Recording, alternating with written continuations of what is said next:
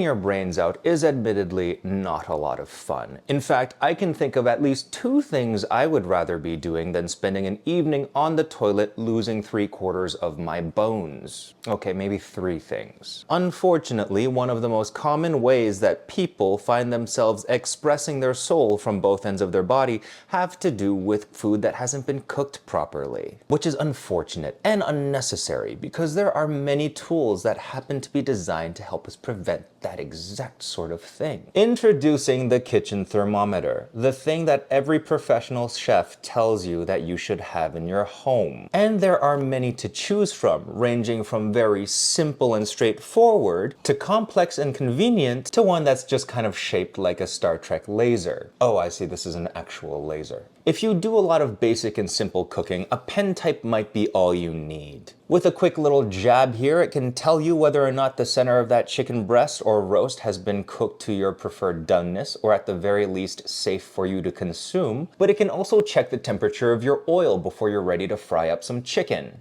Or maybe some oyster mushrooms. If you do a lot of roasts or spend a lot of time at the grill, you might want to try a probe type. Instead of one-off quickly checking it, these ones actually stay in the meat while you're cooking it and will alert you when the proper temperature has been reached. I find it pretty indispensable during the holidays when you're working with large things like turkeys and prime rib. The last one here is probably the least useful, but still worth a mention. It is a surface type laser. It can only tell you the temperature of the surface of a thing, which is useful when you're trying to see if your oven is the right temperature or if a grill is hot and ready for you to use. Probably the most niche of the 3 of them. At the very least, I would suggest you get the pen type. These things range from $30 and up, possibly even less, and they last a very long time. I think I've had this thing for 15 years. One time somebody accidentally dropped this thing in a deep fryer, and I haven't even had to change the batteries yet. Works great. So there you have it. Let this be the year that you say enough is enough. No more will I make food that gets me so sick